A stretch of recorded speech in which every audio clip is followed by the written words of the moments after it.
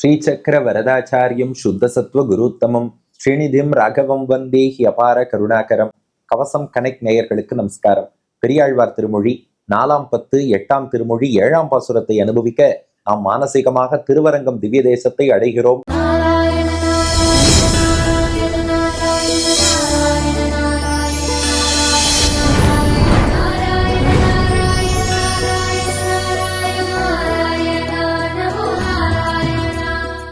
பெரிய பெருமாள் ஆதிசேஷன் மீது புள்ளி கொண்டிருக்கிறார். எதிரே திருமண தூண்கள், மேலே பிரணவாக்கார விமானம். அந்த எம்பெருமான் முன்பு பெரியாழ்வார் நம்மளை கைப்பிடிச்சு கூட்டின்னு போய் நிறுத்திட்டார். இதுவரை 6 பாசுரங்கள் அனுபவிச்சுட்டோம்.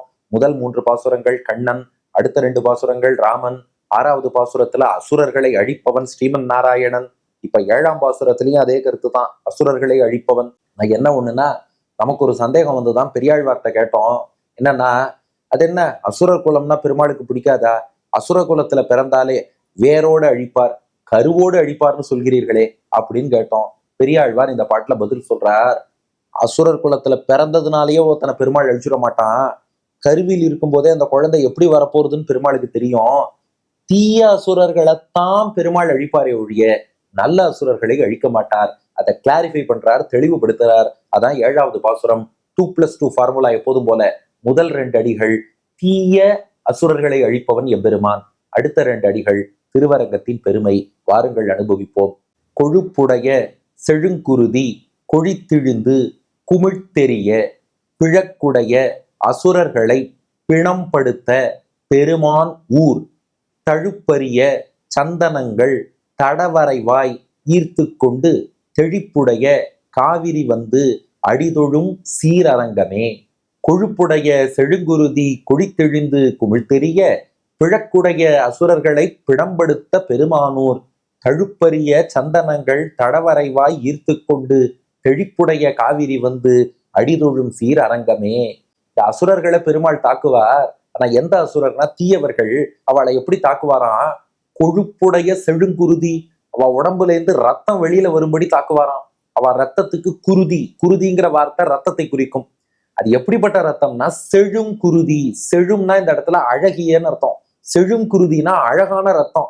அப்ப ரத்தத்துல போய் ஏதாவது அழகான ரத்தம், அசிங்கமான ரத்தம் அப்படி உண்டானா பாட்டை இன்னும் பாருங்கோ. கொழுப்பு உடையன்னு இருக்கு. கொழுப்புன்னா என்ன? கொலஸ்ட்ரால், ஃபேட்டுன்னு அர்த்தம். இந்த அசுரர்கள்லாம் இருக்காளே, இது மணவாள மாமுனிகள் வியாக்கியானம் பண்றார். இவா பல மனிதர்களை எல்லாம் தின்று விடுவார்களாம். அது போல தேவர்கள், முனிவர்கள் எல்லாரையுமே விழுங்கி சாப்பிட்டுடுவாளாம். இதெல்லாம் சாப்பிட்டு சாப்பிட்டு அவளுக்கு கொழுப்பு, கொலஸ்ட்ரால் ஜாஸ்தியாகி அந்த கொழுப்பு அவன் ரத்தத்திலேயே கலந்து போயிடுதான். அதுக்கு ஒரு உதாரணம் வேற கொடுக்கிறார் மணவாள மாமுனிகள்.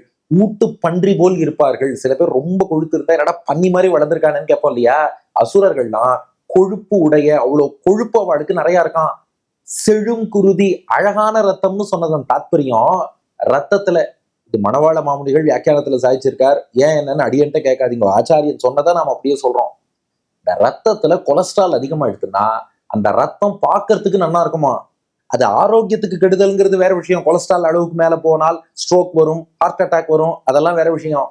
ஆனால் ரத்தத்தில் கொழுப்பு அதிகமாக இருந்தால் பார்ப்பதற்கு அந்த ரத்தம் ரொம்ப நல்லா இருக்குமா. ஆனா ரத்தத்துல கொழுப்பு கம்மியா இருந்ததுன்னா அந்த ரத்தத்தின் தோற்றம் பார்க்கறதுக்கு அழகா இருக்காதான். இவாளுக்கு செழுங்குருதி, அழகான ரத்தம்னு சொன்னதுக்கு காரணம் கொழுப்புடைய செழுங்குருதி. ரத்தத்துல கொலஸ்ட்ரால் அதிகமா இருக்கிறதுனால செழுங்குருதி அழகான ரத்தமா இருக்கு. அழகான ரத்தமா இருந்து என்ன பண்றது? கொழுப்பு எடுத்து தப்பு பண்ணிட்டு இருக்கா இல்லையா? அதனால பெருமாள் என்ன பண்றாராம்? கொழித்து இழிந்து குமிழ்த்து எரிய இந்த அசுரர்கள் எல்லாம் ஓங்கி அடிச்சு தாக்குறார். பெருமாள் அடிச்ச அடியில இந்த ரத்தம் என்ன இருந்தான்? 4 விஷயம் சொல்லியிருக்கார் பெரியாழ்வார். கொழித்து, இழிந்து, குமிழ்த்து, எரிய. கொழித்துனா பொங்கி வருது. அடிச்ச அடியில உடம்புல இருந்து ரத்தம் கொழித்து அப்படியே பொங்கி மேல வரதான். அப்புறம் இழிந்து, இழிந்துன்னா பெருகின்னு அர்த்தம். அப்படி லேசா சின்ன காயம் போல இருந்தது, அதுல இருந்து ரத்தம் மட்டும் பார்த்தா பெருகி வெளியில வந்துட்டே இருக்கு. அப்புறம் குமிழ்த்து, குமிழ்னா பபுள், நீர் குமிழின்னு சொல்லுவோம் பாருங்க. குமிழ்த்துனா அந்த ரத்தத்துல நொரையா குமிழிகள், பபுள்ஸ் எல்லாம் வரதான். எரியனா அலை மோத, அலையலையா அலையலையா எல்லா திசைகளிலும் பரவுகிறதாம். அப்ப 4 ஸ்டேஜ் பாருங்க. கொழித்துன்னு முதல்ல பொங்கித்து, இழிந்துன்னு அப்புறம் பரவித்து, குமிழ்த்துன்னு நொரை பபுள்ஸ் குமிழி வந்தது, எரியன்னு அப்படியே அலை எறிந்து எல்லா பக்கமும் போறது. இப்படி கொழுப்பு மிக்க அசுரர்களின் அழகான ரத்தம் பொங்கி பரவி குமிழி வந்து அலை ஓடும்படியாக பிழக்குடைய அசுரர்களை, இதுதான் பாட்டுல உயிரான வார்த்தைன்னு மணவாள மாமுனிகள் வியாக்கியானம். பிழக்குன்னா பிழைன்னு பார்த்தோம் இல்லையா? பிழக்குடைய அசுரர்களை, எல்லா அசுரர்களையும் எங்க பெருமாள் அழிக்க மாட்டார். பிரகலாதன் கூட அசுரனா தான் பிறந்தான், அவனுக்கு அனுகிரகம் தானே பண்ணார் பெருமாள். விபீஷணன் கூட அரக்க ஜாத்தியில பிறந்தான், அவனுக்கு அனுகிரகம் பண்ணலையா? பகவான் ஒருவன் எந்த குலம்னு பார்க்க மாட்டான், தப்பு பண்ணா தண்டிப்பான். பிழக்குடைய, பிழை செய்தவர்கள் அசுரர்கள். அதனால பிழக்குடைய அசுரர்களை, பிழை செய்த அந்த அசுரர்களை எல்லாம் பிணம்படுத்த பெருமான். இது அழகான அடுத்த ஒரு வியாக்கியானம். பிணம்படுத்தனா பிணமாக்கி விட்டான்னு அர்த்தம். இதுக்கு மணவாள மாமுனிகள் விளக்கம் கொடுக்கிறார். கையை மட்டும் வெட்டி காலை மட்டும் வெட்டி ஏதாவது பண்ணா, போன பாட்டிலேயே அசுரர்கள்லாம் புத்துல ஒளிஞ்சிட்டு இருக்க பாம்பு மாதிரின்னு சொன்ன பாருங்க. இந்த அடிப்பட்ட பாம்புங்கிறது இன்னும் வீரியமா தாக்க வரும். அதனால பெருமாள் பார்த்தாராம், இந்த அசுரர்கள் எல்லாம் சும்மா வாழ வைப்பது இதெல்லாம் பண்ணக்கூடாது, மொத்தமா அடியோடு அழிச்சிடணும்னு பிணம் படுத்த, கையை வெட்டி காலை வெட்டி அங்கஹீனம் பண்ணி விடமாட்டார், பிணம்படுத்த பிணமாக்கி அழித்து விடுவார். அப்படிப்பட்ட பெருமான் எம்பெருமான் ஸ்ரீமன் நாராயணன் எழுந்துருளி இருக்கானே ஊர், அவன் எழுந்துருளி இருக்கும் ஊர் தான் திருவரங்கம். இது பாட்டினுடைய முதல் பாதி. அதனால கொழுப்பு அதிகரித்து அதனால் அழகாக தெரியக்கூடிய ரத்தம் அசுரர்கள் உடம்பிலிருந்து பொங்கி பெருகி நுரைத்து அலையெறியும்படியாக பிழை செய்த அசுரர்களை பிணமாக்கக்கூடிய எம்பெருமான் எழுந்துருளி இருக்கும் ஊர். எப்பேற்பட்ட ஸ்ரீரங்கம்? அதான் பாட்டின் இரண்டாவது பாதி. தழுப்பரிய சந்தனங்கள் தடவரைவாய் ஈர்த்து கொண்டு தெளிப்புடைய காவிரி வந்து அடிதொழும் சீரரங்கமே. ஸ்ரீரங்கத்துல காவிரி பாய்கிறது. அந்த காவிரி என்ன பண்றதா, வழியில நிறைய சந்தன மரங்கள்லாம் இருக்குமோ பாருங்க. அந்த நாள்லயே சொல்லிட்டா, கர்நாடகால இருந்து வருது, சத்தியமங்கலம் காடுகள் வழியாக வருகிறது. அதனால அங்க சந்தன மரம் ரொம்ப ஃபேமஸ் இல்லையா? இந்த காவிரி என்ன பண்றதா, அந்த சந்தன மரத்தெல்லாம் அடிச்சு நதியிலேயே தள்ளிடுறதாம். ஸ்ரீரங்கத்துக்கு காவிரி வரும்போது பார்த்தா சந்தன மர கட்டைகளோடு வரதான். இதுக்குன்னா அந்த காவிரி தாயார் ஸ்ரீரங்கநாதனுக்கு தன் காணிக்கையாக பெருமாள் தினந்தோறும் சந்தனம் சாத்திக்கட்டும்னு சொல்லி அந்த சந்தனத்தை காணிக்கையாக சமர்ப்பிக்கிறாளோன்னு கருதும்படியாக. இப்ப பாட்டுக்கு வாங்கோ, எப்பேற்பட்ட சந்தன மரம்னா தழுப்பரிய சந்தனங்கள். சந்தனங்கள்னா சந்தன மர கட்டைகள் அல்லது சந்தன மரங்கள்னே வச்சுக்கலாம். தழுப்புனா தழுவுதல், கட்டி கொள்ளுதல், ஆலிங்கனம் பண்ணுவதுன்னு அர்த்தம். தழுப்பு அரியன்னா ஆலிங்கனம் பண்ண முடியாதுன்னு அர்த்தம். அந்த சந்தன மரம்லாம் ரொம்ப பெருசு பெருசா இருக்கான். கொஞ்சம் மரம் சின்னதா இருந்ததுன்னா நாம இப்படி போய் அதை அணைத்து கொள்ள முடியும். மரம் ரொம்ப பெருசா இருக்குன்னா இப்படி கையை வச்சுதான் பார்க்கலாம், மொத்தமா அணைத்து கொள்ள முடியாது அல்லவா? அதான் தழுப்பு அரியன்னா தழுவி கொள்வதற்கு அரிதான. இது பாருங்க, தழுப்பு அப்படின்னா தழுவுதல், கைகளால் அணைத்து கொள்ளுதல், அதற்கு முடியாதது. இது ரொம்ப அழகா வியாக்கியானம் பண்ணி காட்டியிருக்கார். சந்தன மரம் சிறிதாய் இருந்தால் ஓரிருவரால் தழுவ முடியும், அளவிட்டு காட்ட ஒண்ணாதபடி மிகவும் ஸ்தூலமாய் இருப்பதனால் தழுவ முடியாமை கூறப்பட்டது. ரொம்ப பெரிய சந்தன மரங்கள்.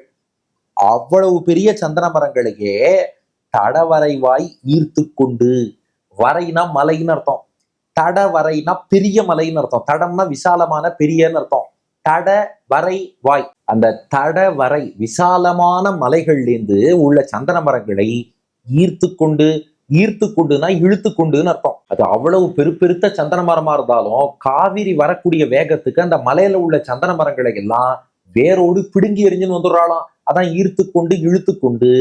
தெளிப்புடைய காவிரி வந்து, தெளிப்புனா சத்தம்னு அர்த்தம். மீண்டும் நம்ம திருக்குடந்தை மோகன் சுவாமியை நினைச்சுக்கோங்க, அழகான வார்த்தைகள் பெரியாழ்வார் பயன்படுத்துறாரு பாருங்க. தெளிப்புனா ஒலி, ஓசை, துவனின்னு அர்த்தம். தெளிப்புடைய காவிரி, காவிரி வரும்போதே சத்தம் போட்டுன்னு வராளாம். என்ன சத்தம்னா நதியில வர ஹோங்கிற சத்தம் இல்லையா. அவ பெரிய பெருமாளை பார்த்து காவிரி தாயார் சொல்றாளாம், எம்பெருமானே இன்றும் உனக்காக சந்தனங்கள் கொண்டு வந்திருக்கிறேன், இதை அரைத்து சந்தனம் பூசிக்கொண்டு அடியனுக்கு நீ அனுகிரகம் பண்ணணும்னு பெருமாளை நோக்கி பிரார்த்தனை பண்ணி அந்த ஓசையோடு அந்த ஒலியோடு தெளிப்புடைய காவிரி வந்து, அந்த காவிரி அங்கேருந்து புறப்படுறா. எங்க?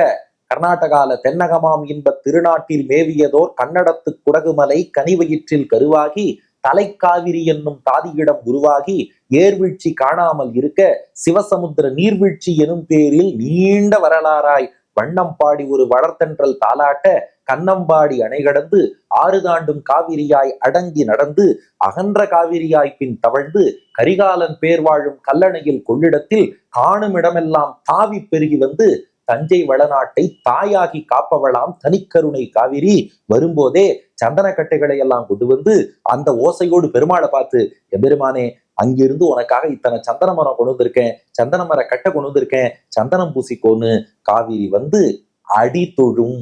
பாருங்க, காவிரி தாயார் திருவரங்கநாதனுடைய திருவடிகளை தொழும்னா வணங்குகிறாள்னு அர்த்தம். அப்படியே பெருமாள் திருவடியை வருடுற மாதிரி தானே காவிரி போயிட்டே இருக்கா.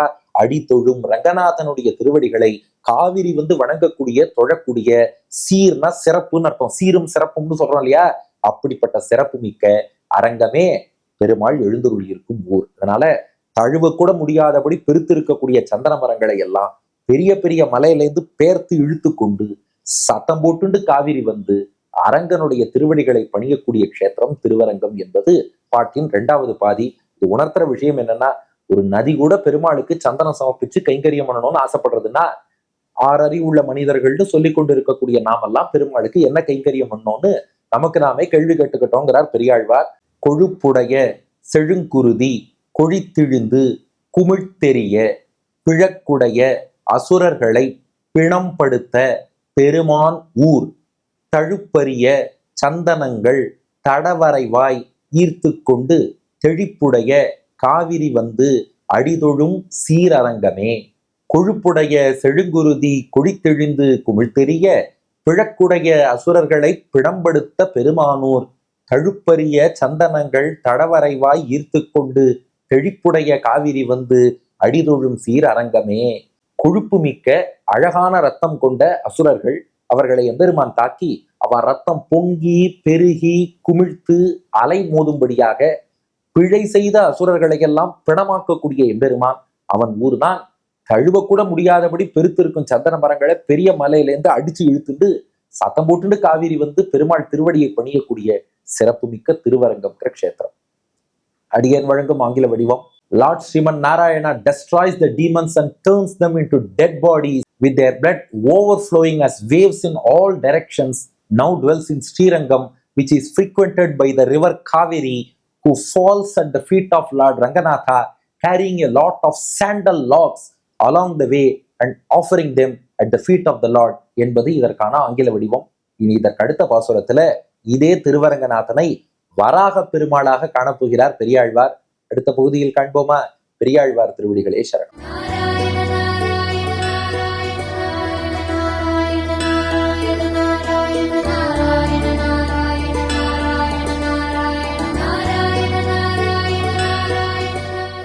கொழுப்புடைய செழுங்குருதி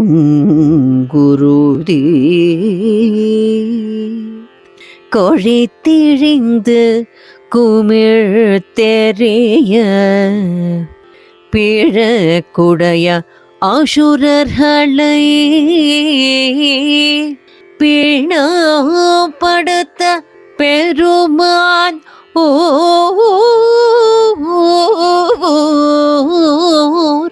தழுப்பரிய சந்தனங்கள் தடவரைவாய் ஈர்த்து கொண்டு தெழிப்புடைய காவிரி அடிதொழும் ஸ்ரீரங்கமே அரங்கமே.